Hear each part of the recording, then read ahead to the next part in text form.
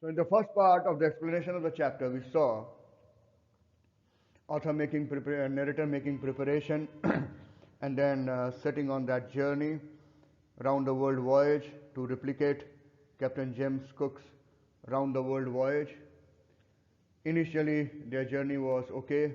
They hired two crewmen, but as they were moving more towards their destination, they faced trouble, and then finally the disaster happened, and the Waywalker was very much damaged. Now the second part of the chapter.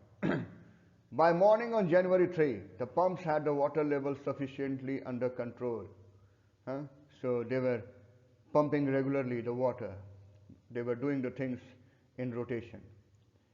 But they had somewhere some leak, tremendous leak. And narrator found that nearly all boats' main rib frames were smashed down to the keel. In fact, there was nothing holding up a section of the starboard hull except a few cupboard partitions. You can just understand how much damage was done to the boat. They had survived for 15 hours since that huge wave hit.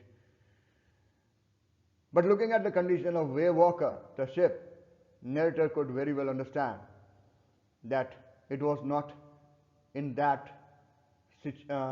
condition that they could travel to Australia, which was their destination. He checked out charts, calculated that there were two small islands a few hundred kilometers to the east. One of them, Isle Amsterdam, was a French scientific base, and their only hope was to reach this pinpricks.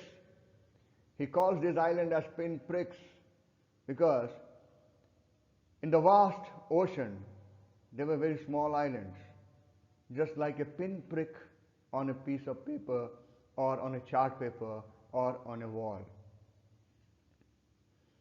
And that was their only hope.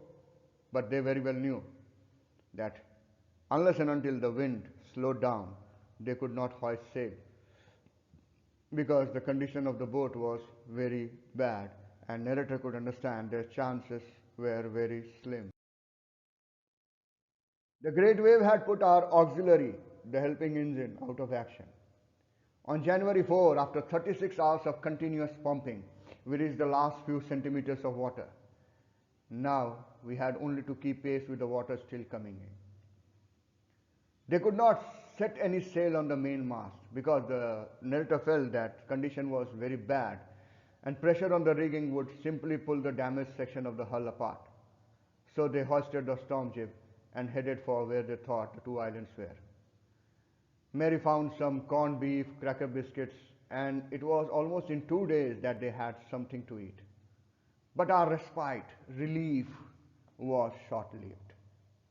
At 4 p.m., black clouds began building up behind us. Within the hour, the wind was back to 40 knots, and the seas were getting higher. Seas were getting higher means the waves were getting higher. The weather continued to deteriorate throughout the night.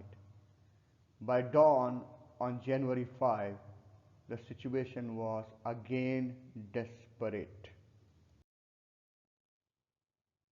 Narrator says that when he went in to comfort the children, John, 6-year-old son, Jonathan, short name John, he asked, Daddy, are we going to die? Are we going to die? That little kid also could understand the situation. Narrator tried to assure him, but the boy, he went on to say, but Daddy, we aren't afraid of dying if we can all be together, you and Mummy, Sue and I, not afraid to die. Just imagine a 6-year-old child showing this attitude, courage. Instead of getting panicked, he is a great support to the narrator. Narrator says that he could not find words with which to respond, but he left the children's cabin determined to fight the sea with everything he had. He was more determined now for the sake of the children.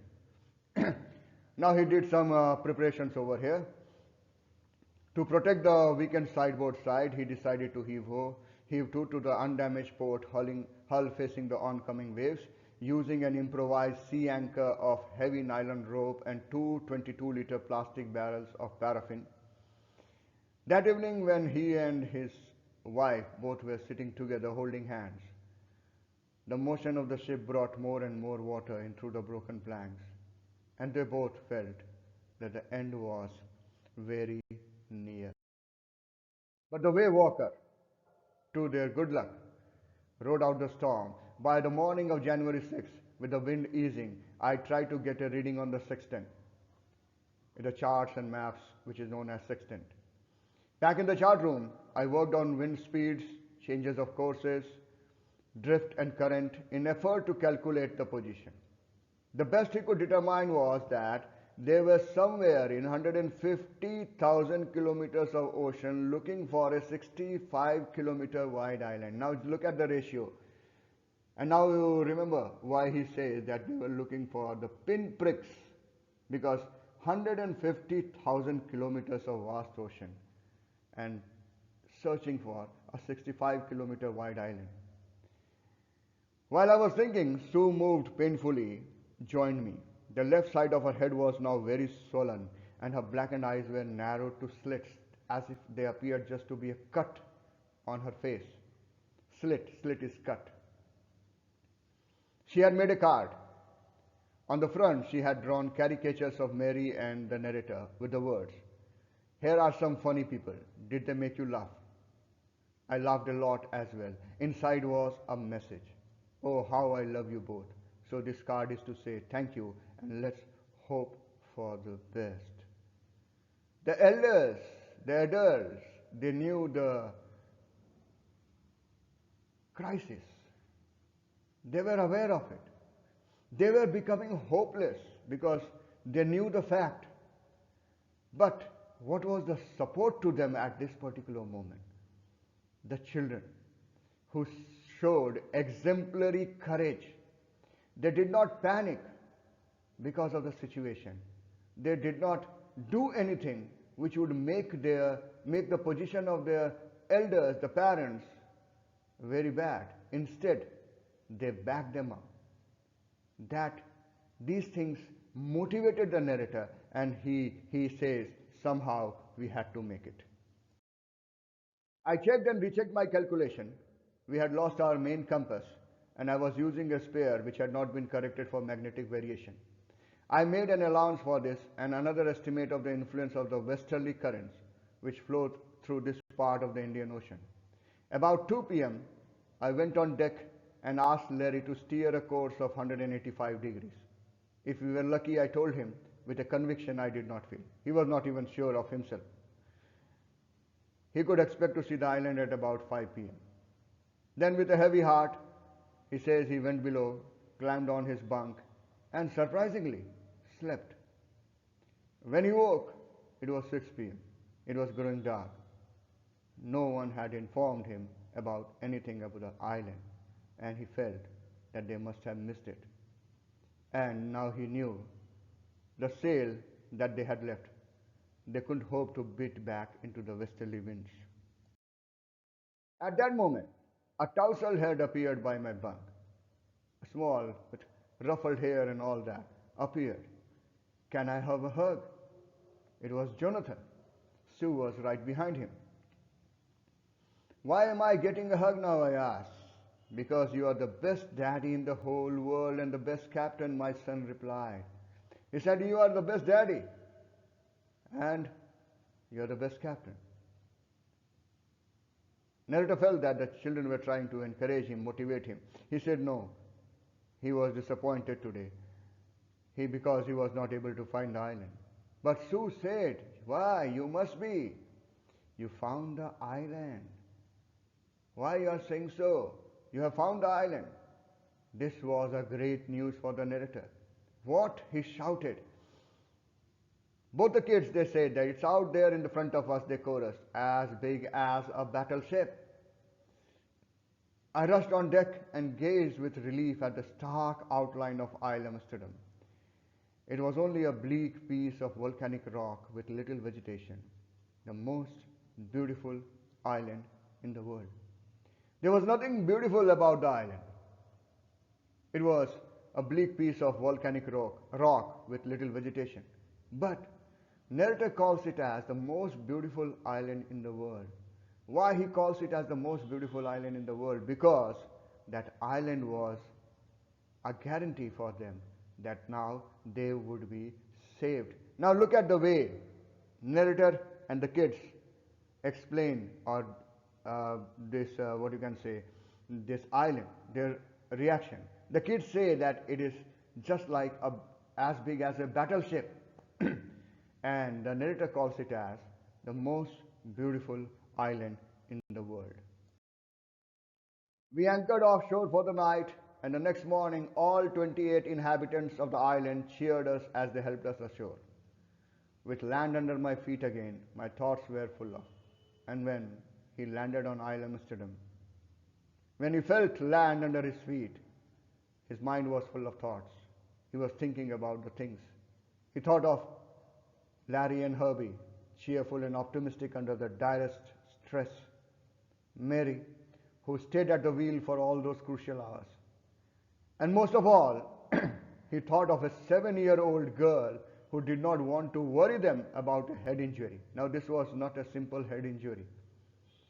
It took subsequently 6 minor operations to remove a recurring blood clot between skin and skull. And he remembered 6-year-old boy who was not afraid to die. So we see that at times the adults were losing hope. But the children, they kept on motivating through their attitude. They did not do anything to show that they were panicked, or they did not create any panic. Rather, they were a constant support to their parents. And that motivated them actually. That motivated the adults. Yes, as an adult, we understand the things. We analyze the things. We carry on. We know what is the fact and what is going to happen. The children, 6 and 7 years old, they could also realize the whole situation. But instead of getting afraid, panicked, they continuously motivated their parents, and that helped them to come out of this crisis, and that helped them to be safe.